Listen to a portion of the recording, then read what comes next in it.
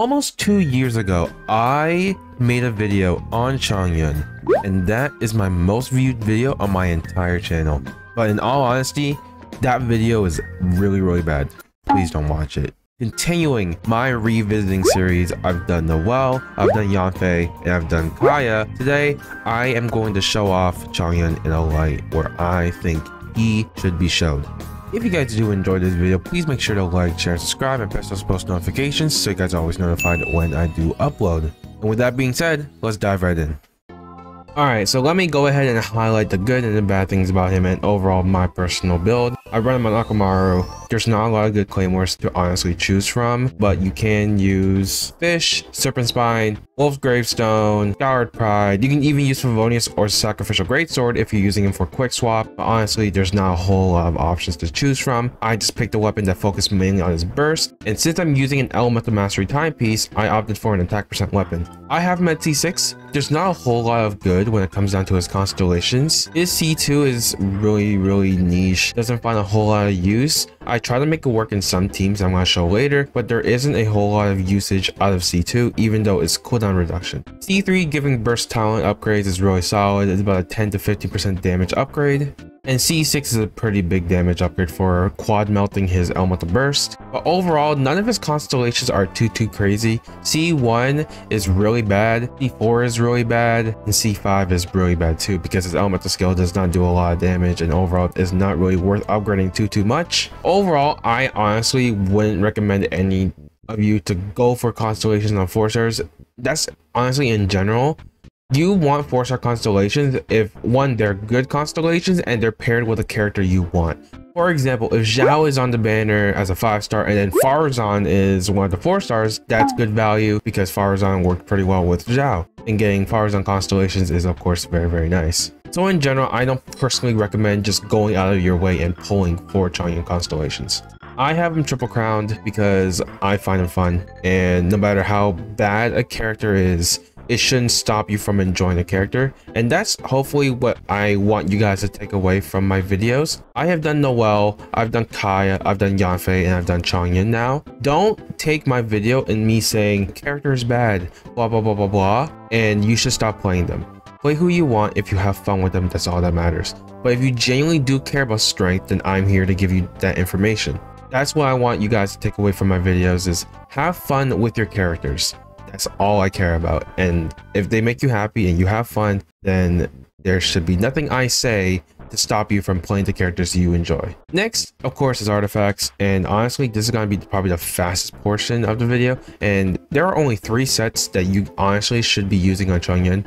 And that is 2 Noblesse, 2 Blizzards, as you guys see on my build right now. 4 Noblesse if you want him to be a support or a quick swap character, or 4-piece Emblem for maximizing his burst. 4-piece Blizzards is not very effective on him because he's a Claymore character and cannot maintain freeze very long. So 4-piece Blizzards is just not too effective. I would just personally maximize on his burst damage, to be honest. His burst is the biggest part of his damage. And that's basically it for Chongyun's overall kit. He doesn't really honestly offer too much. And I'm going to go ahead and show him so you guys can see what he actually can do and the good and of course the bad. Okay, so first I want to talk about is Reverse Melt. As I mentioned earlier, Reverse Melt is definitely Chongyun's best team. Whether you're using Sucrose or Kaz or any animal support like even Sayu or anybody who can use BB, of course, Reverse Melt is a very strong team for Chongyun. Not only is Chongyun doing a lot of damage himself, Zhengling is also contributing a lot of damage, as long as Kazuha, of course, with swirls and stuff. And this is why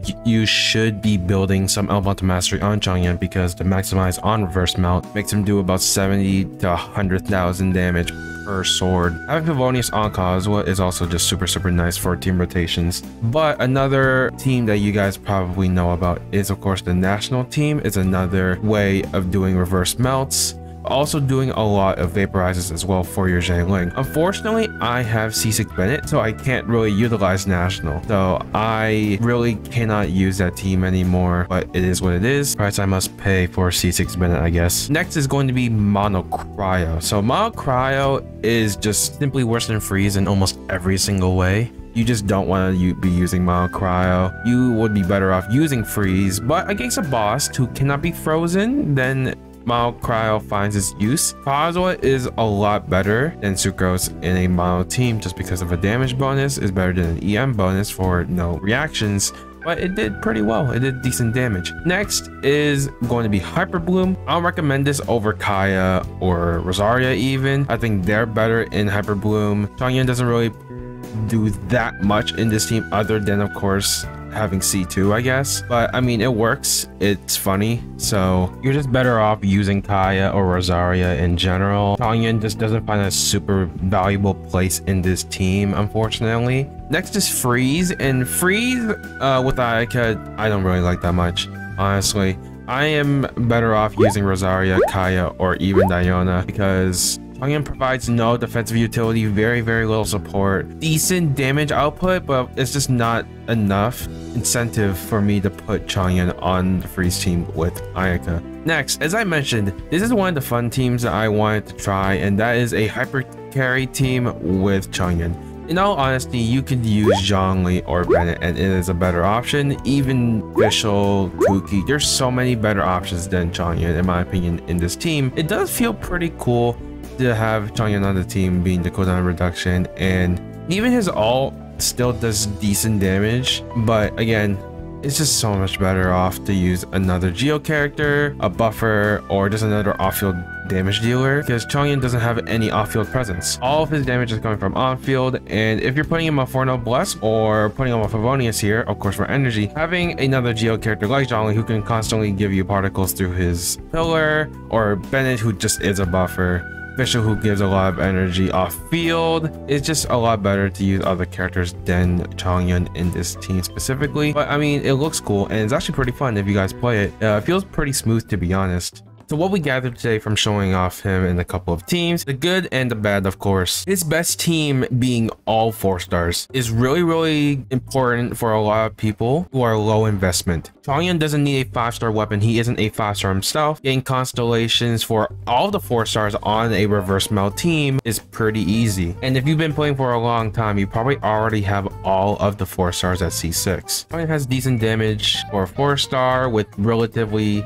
mid investment, and being his best team in a full 4-star team with Bennett Zhengling. And of course, the bad is that he doesn't have enough utility to be a good support. And if you want to play him as a quick swap sub damage dealer, he sometimes is inferior to a lot of other options. As a carry in open world, he is perfectly fine. In Abyss, his damage is just not enough. His constellations aren't that good to make him a carry or a good utility support. He lacks the damage to be a really good carry, and unfortunately lacks good utility to be a really good support, overall leading him to be just an okay character. But that is going to wrap it up for today's video. Thank you guys so much for stopping by. If you guys have any questions about any other characters but Chongyun, of course, let me know what you think about Chongyun in the comment section below as well. If you guys did enjoy this video, please make sure to like, share, subscribe, and press those post notifications so you guys are always notified when I do upload. And I'll see you guys in the next video.